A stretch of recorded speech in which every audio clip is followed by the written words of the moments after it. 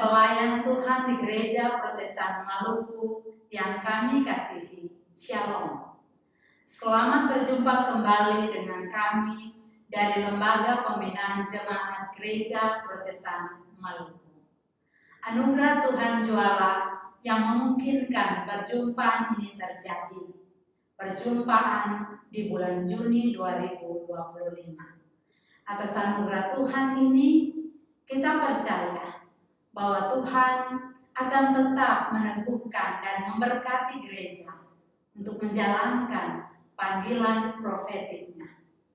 Pada bulan Juni ini, tugas profetik gereja diarahkan pada panggilan mengadvokasi hak-hak komunitas bumi.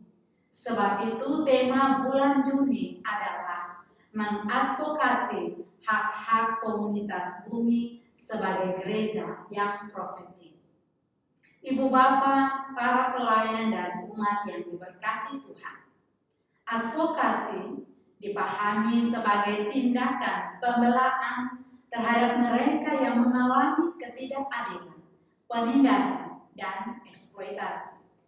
Dalam konteks gereja, advokasi bukan hanya usaha sosial atau politik, tetapi merupakan panggilan iman untuk memperjuangkan keadilan bagi sesama. Situasi hidup seperti apa yang kemudian mendorong gereja untuk melakukan tindakan pembelaan ini? Tentu jawabannya adalah karena adanya fakta berbagai krisis. Gereja terpanggil untuk melakukan tindakan advokasi karena realitas kehidupan yang diwarnai dengan berbagai bentuk krisis. Ada banyak orang, banyak kelompok yang mengalami penindasan, termarginalisasi, pelanggaran hak-hak asasi manusia. Selain itu, degradasi lingkungan hidup dan eksploitasi sumber daya alam menjadi tantangan besar yang membutuhkan respons gereja. Dalam situasi krisis seperti inilah, gereja harus menjalankan peran profetiknya dengan membela mereka yang lemah dan memperjuangkan keutuhan ciptaan. Tema bulan ini, Ibu Bapa, para pelayan dan umat yang Tuhan kasihi, telah dijabarkan dalam tema-tema mingguan. Pada minggu pertama, tanggal 1 Juni 2025, minggu kemarin, pemberitaan firman dipandu dengan tema mingguan, Suara Bumi dari Ratapan ke Pemulihan. Bahan bacaan yang kita baca dari Yeremia 12 ayat 1 sampai 17. Beberapa pesan telah kita sampaikan bahwa bumi ini penuh berkat oleh karena pekerjaan Tuhan. Dan itu membuat seluruh ciptaan bersuka mengalami keselamatan dari Tuhan. Namun oleh keserakahan manusia, bumi yang penuh berkat ini dikeruk habis demi kepentingan hidupnya.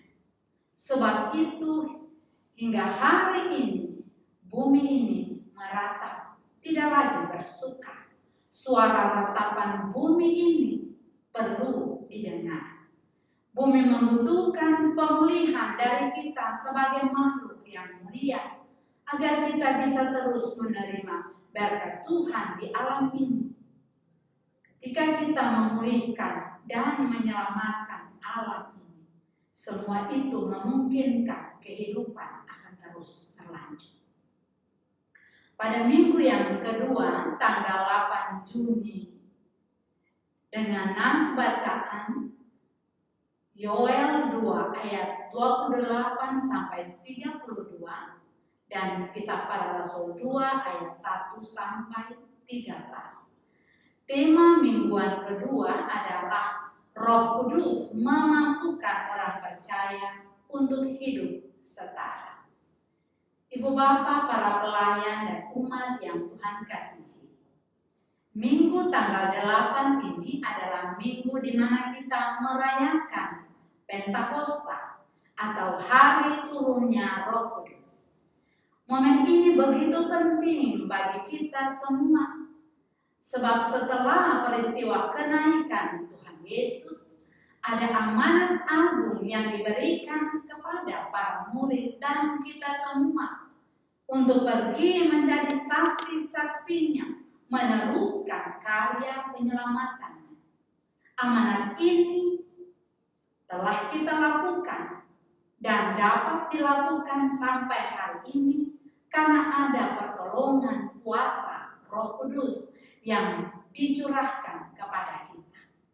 Tanpa kehadiran Roh Kudus, tidak ada gereja, tidak ada kesaksian gereja.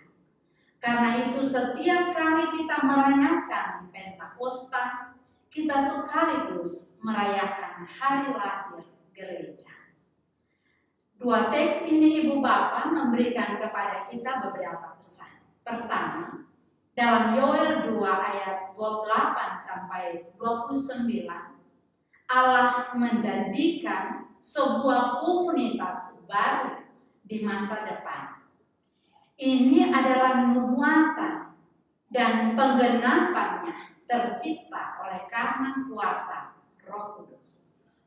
Roh Kudus dan karunia-karunia diberikan kepada baik anak laki-laki, perempuan, dari segala usia, dari semua ras dan strata sosial, untuk menciptakan satu komunitas spiritual yang baru, yang bebas dari diskriminasi yang diciptakan oleh manusia. Nah, orang percaya perlu keluar dari berbagai hambatan ini, hambatan etnis, budaya, sosial, dan gender. Hal ini penting untuk ditekankan karena faktanya masih begitu kuat terjadi di dalam kehidupan bergereja, bermasyarakat, politisasi identitas, etnis, ras, golongan, dan kedudukan. Gereja melalui hubungan yang tulus dan penuh kasih di antara sesama warganya dapat menunjukkan suatu sikap alternatif bahwa masyarakat yang beragam secara etnis, budaya, sosial, dan gender sebenarnya bisa hidup dalam hubungan yang damai dan saling merangkul dalam kesetaraan karena mereka telah dikuasai oleh Roh Kudus. Nah, ketika kesetaraan menjadi nilai dalam membangun relasi antar manusia, maka dengan sendirinya struktur hierarki menjadi kekuatan pemberdaya, bukan kekuatan yang membungkam atau mengintimidasi dan menindas. Pesan yang kedua dari kedua teks ini adalah melalui Roh Kudus yang dicurahkan pada hari raya Pentakosta, sebagaimana dijelaskan dalam Kisah Para Rasul, Tuhan Yesus memberi kuasa kepada gereja ini untuk terlibat dalam misinya, misi Allah yang besar. Antara lain adalah melakukan karya-karya yang membarui, yang menyelamatkan dan membebaskan manusia dari berbagai tindakan diskriminasi, termasuk juga membebaskan dan menyelamatkan alam ini dari perilaku kesewenang-wenangan yang bisa membawa kehancuran. Oleh karena itu, sebagai utusan Allah, gereja punya peranan penting melakukan advokasi terhadap bumi ini melalui program-program nyata, melalui berbagai langkah kebijakan, dan kerjasama dengan berbagai pihak yang akan sama-sama mendorong bekerja sama menentukan arah dan kebijakan yang berpihak kepada alam ini. Gereja yang terlibat dalam misi Allah adalah gereja yang terus membarui diri. Dan pembaruan ini akan berlangsung ketika ada kritik diri.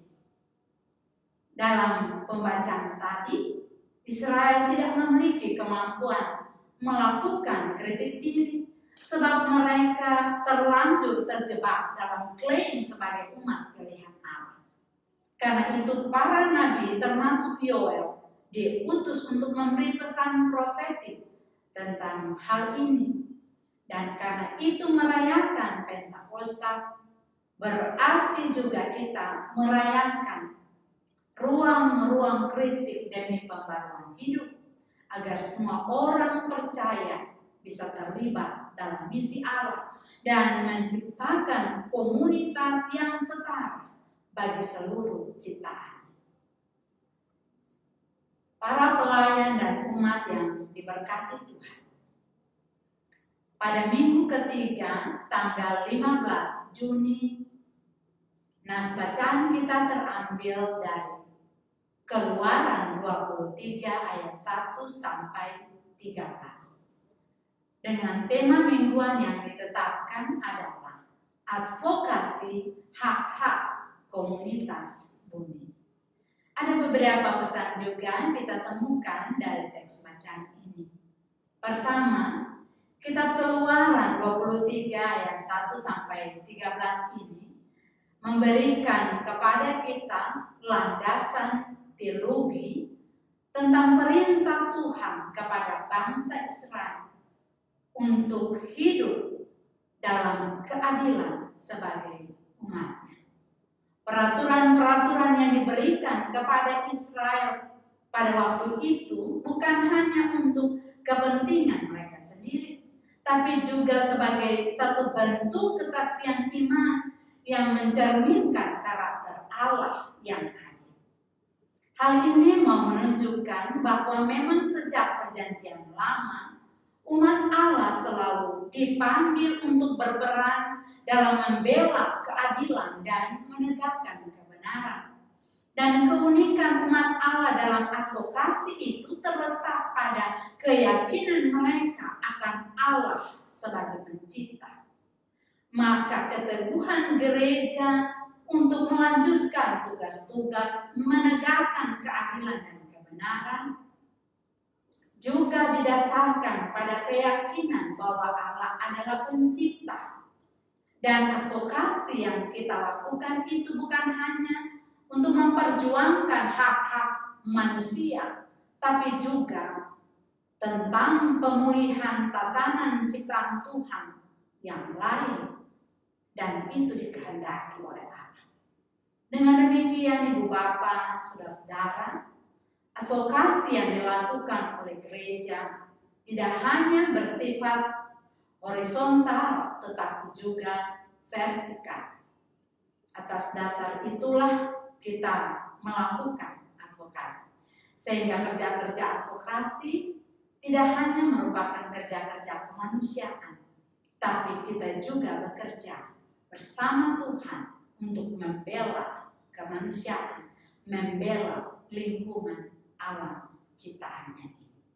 Yang kedua, Ibu Bapak Saudara, dalam teks ini kita temukan juga penegasan penting bahwa Tuhan menentang segala bentuk kebohongan, suap, praktek ketidakadilan, serta segala bentuk penindasan terhadap orang lemah dan miskin, orang asing.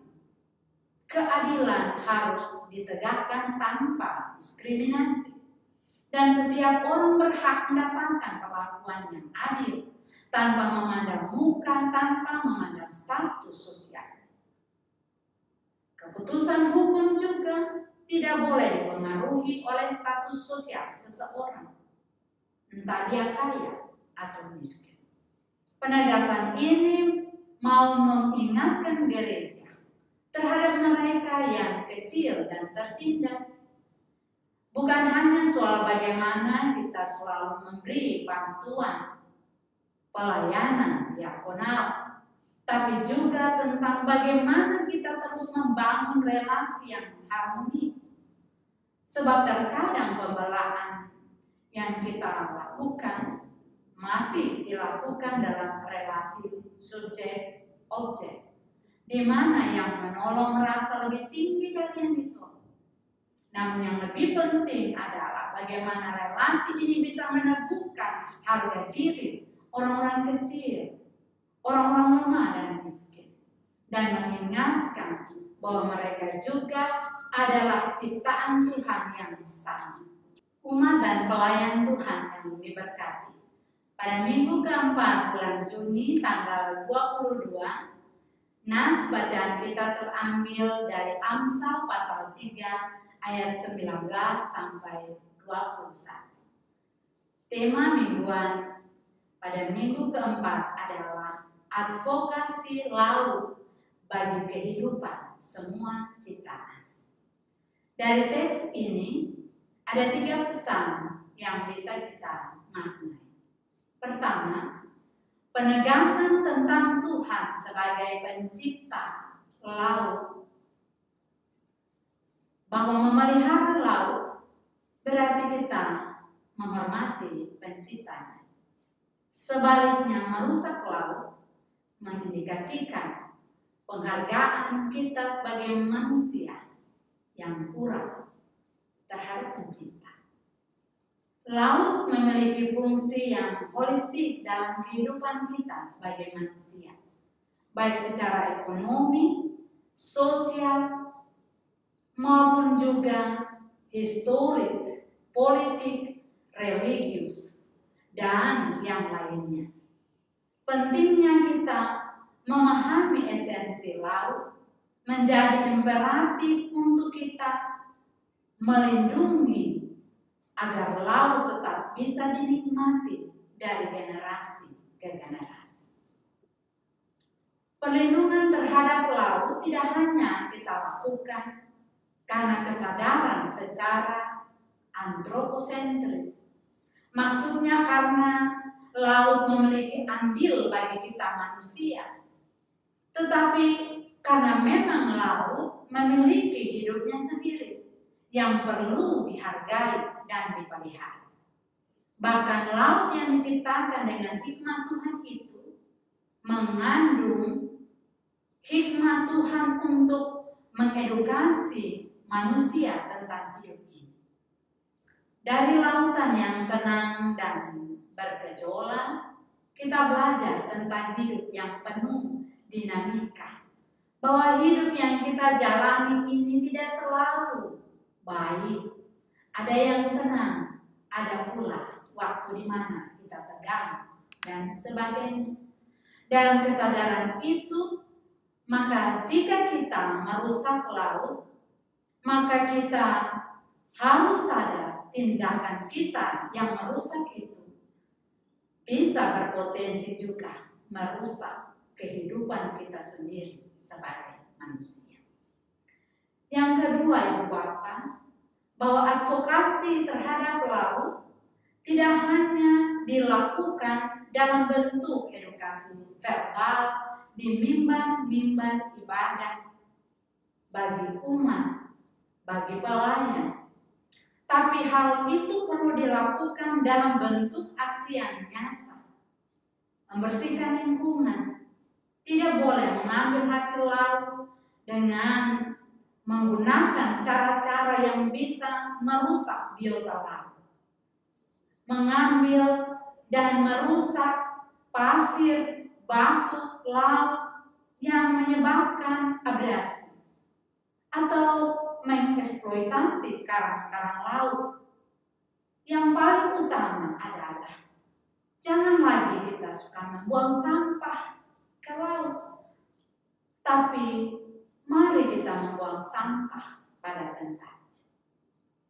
Cara kita untuk menolong laut tetap terjaga dan terawat adalah kita membuat berbagai program, termasuk juga peraturan-peraturan untuk pemeliharaan dan pengelolaan hasil laut. Kita menghidupkan kearifan lokal dengan memfungsikan kewan laut atau melakukan sanksi laut dengan sanksi-sanksi yang tegas. Advokasi ini, Ibu Bapak, perlu juga dilakukan terhadap para nelayan yang hidup dari laut, terutama yang diperlakukan secara tidak adil. Yang ketiga, dari bagian bacaan ini kita belajar Tuhan menghendaki untuk kita senantiasa mengolah laut ini dengan baik. Gerakan melaut salah satunya adalah cara gereja untuk menolong umat memanfaatkan sumber daya laut demi pengembangan ekonomi umat. Mari kita bergiat melakukannya. Ibu Bapak, para pelayan yang diberkati Tuhan, minggu terakhir, minggu yang kelima bulan Juni tanggal 29, nas bacaan kita terambil dari Lukas 19 ayat 1 sampai 10. Tema mingguannya adalah kabar baik untuk orang miskin. Beberapa pesan bisa kita maknai dari apa yang disampaikan oleh Matius.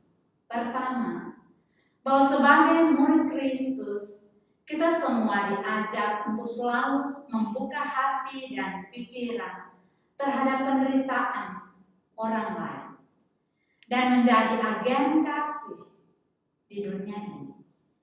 Kita dipanggil untuk melihat Kristus dalam setiap orang, terutama mereka yang menderita, yang lemah dan miskin, dan meresponnya dengan tindakan yang nyata, penuh belas kasihan.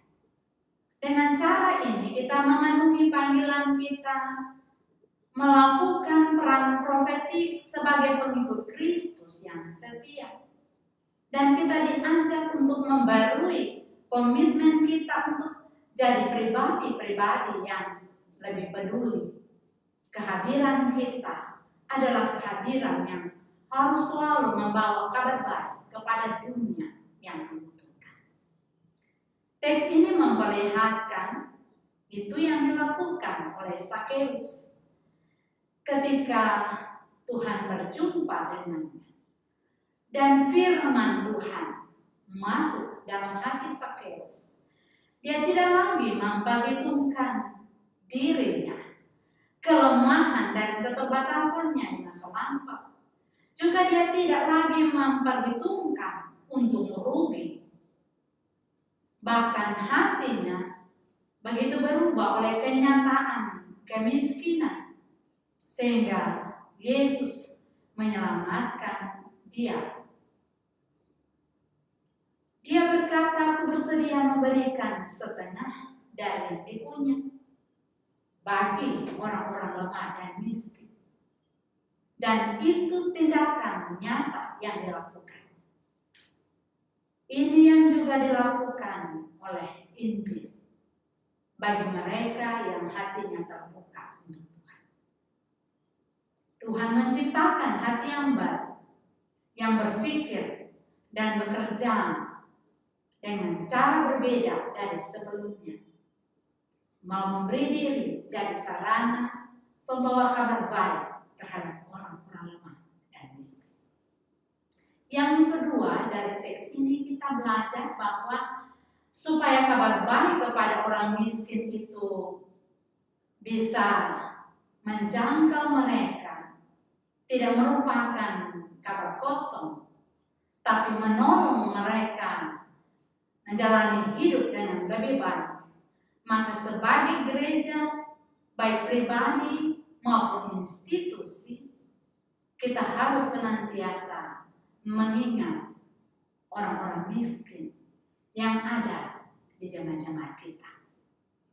Pengabaian terhadap orang miskin itu bertentangan dengan pola yang diajarkan oleh Tuhan Yesus dan yang ditampilkan juga dalam praktek Sakeus. Porsi pelayanan Yesus, tindakan nyata yang dilakukannya selama di dunia ini adalah sebagian besarnya mengurus orang-orang lemah, miskin, membutuhkan orang-orang yang kurang beruntung. Dan karena itu, sebagai gereja, kita mengikuti apa yang diteladankan oleh Yesus Tuhan kita. Perhatian kita mesti juga tertuju untuk mengatasi kemiskinan. Jangan sampai suara profetik gereja hanya ada dalam ruang-ruang legislasi gereja. Kita membicarakannya berulang-ulang dalam sidang gereja. Tapi lalu tidak menjadi kabar baik yang mempengaruhi kebijakan-kebijakan kita atau putusan kegiatan-kegiatan dalam bentuk nyata yang mesti terimplementasi di jemaat untuk menolong orang lemah dan miskin keluar dari keadaan mereka.